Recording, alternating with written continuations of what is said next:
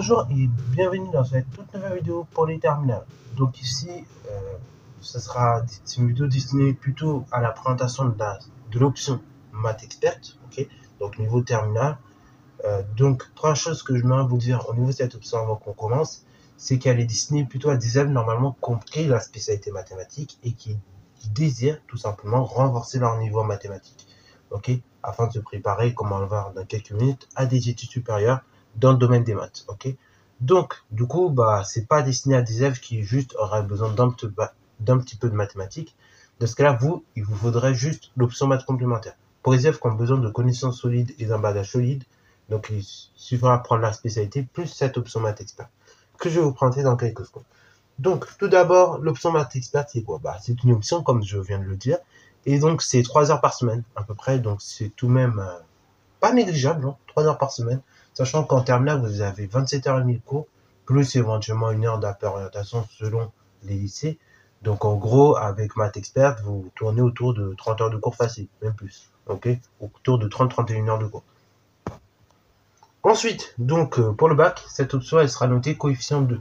Alors, attention, là je dis attention, parce que là pour le coup, ouvrez bien grand vos oreilles, parce que vous avez peut-être eu des grands frères, des grandes sœurs qui ont passé le bac à l'époque, et ils vous ont dit des choses sur les options qui sont vraies, mais qui ne sont plus trop vraies aujourd'hui. Enfin, il y a du vrai, il y a du faux. Bon, donc on va un petit peu réorganiser les choses. Maintenant, les options donc au bac, chose qu'il faut bien avoir en tête, c'est que si vous prenez une option, que vous ayez bonne ou mauvaise note, c'est compté.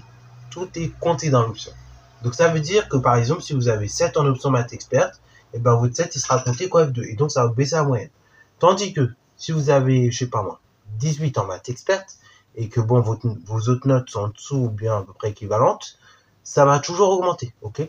Ça sera plus comme avant où ça comptait en bonus. Là, dans ce cas-là, ou que ça comptait si la note est au-dessus de 10. Là, vraiment, que vous ayez une note très bien ou une note pas intéressante, et l'option compte. Donc, vraiment, faites bien attention quand vous faites votre choix. Après, je ne vais pas vous faire regretter, hein, si vous avez pris Math Expert, c'est très bien, mais voilà, il faut un petit peu avoir ça en tête, ok, que ça compte, ok, et que ça sert à rien de prendre une option si ça vous baisse votre moyenne. Parce que si au bac, initialement, vous deviez avoir 16,12 avec l'ensemble de vos moyennes sans l'option, et qu'avec l'option, vous descendez à 16, bon, c'est pas intéressant, vous voyez. C'est plus dans ce style-là que je préfère vous prévenir. Ok? Donc ça compte quand F2 au bac, et donc ça vous permet comme ça de récupérer jusqu'au maximum 0,4 points en plus. Ok? Donc c'est quand même très bien, ça vous permet d'assurer une mention comme ça. Ok? Et dans l'option, du coup, ça vous fait baisser de 0,4 aussi. Ok? Si on réfléchit comme ça aussi. Mais normalement, si vous prenez une option, en général, le but, c'est quand même de récupérer des points. Faut être honnête, c'est de gratter le bac, comme on dit, et donc d'avoir le maximum de points. Et c'est pour ça qu'on prend les options. Sinon, ça n'a pas de sens, normalement. Et donc, comme je vous l'ai dit précédemment, cette option permet de vous préparer à des études supérieures dans le domaine des mathématiques, notamment donc au CPGE, donc classe préparatoire aux grandes écoles, ou encore, donc CPGE type scientifique, ou encore même aux licences de maths, ok, ou physique-chimie, par exemple.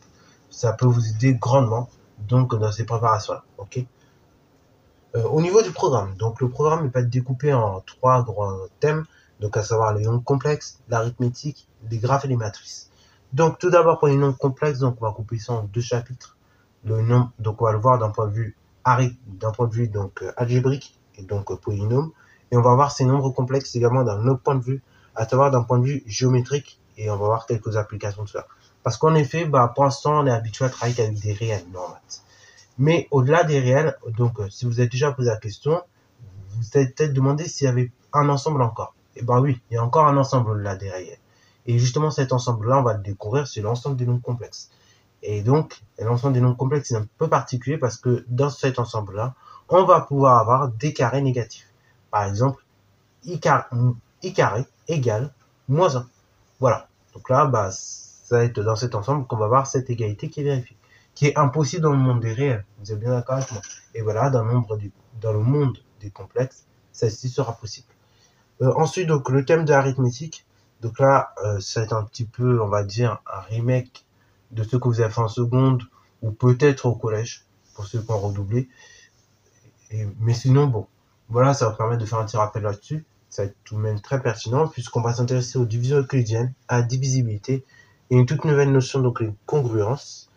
On va s'intéresser au PGCD, au théorème de Bezout et de Gauss. Donc là, PGCD, vous avez un petit peu vu ça au collège peut-être. Et après, théorème de Bezout et de Gauss, là, vous découvrez un petit peu au cours du temps. Et enfin, donc, dernier chapitre de ce thème, c'est-à-dire, on va s'intéresser donc au nombre premier. Ok? Parce que oui, vous avez un petit peu vu ça en troisième, un petit peu en seconde comme ça, mais là, on va vraiment rentrer dans les détails. Et enfin, donc, dans le dernier thème, sur les graphes et les matrices, donc, tout nouveau thème, en fait. Donc, vous allez vous intéresser dans le premier temps au calcul matriciel et ensuite à ses applications. Donc là, vous allez voir un petit peu qu'est-ce que c'est que les matrices. Vous allez voir, c'est très, très pertinent. Et ça, pour le coup, que vous fassiez, du coup, des CPGE scientifiques ou encore même une licence en maths, ça, c'est des choses qui vont vous servir. Donc, d'où l'intérêt de prendre maths expert. Surtout, si on a un bon niveau déjà de base en terminale, enfin en première, en mathématiques, ça vous permet vraiment de découvrir des choses à la force. Ok? Pareil, nombre complexe, c'est des choses qu'on va retrouver très fréquemment, que ce soit en physique chimie d'un supérieur ou même tout simplement en mathématiques d'un supérieur. Donc si vous l'avez vu un peu avant, ça va vous servir. Ok? Bravo. Voilà, donc c'est tout pour cette vidéo, j'espère que ça t'a plu. Si c'est le cas, n'hésite pas à liker, commenter et bon, c'est à toi en mathématiques et en sciences.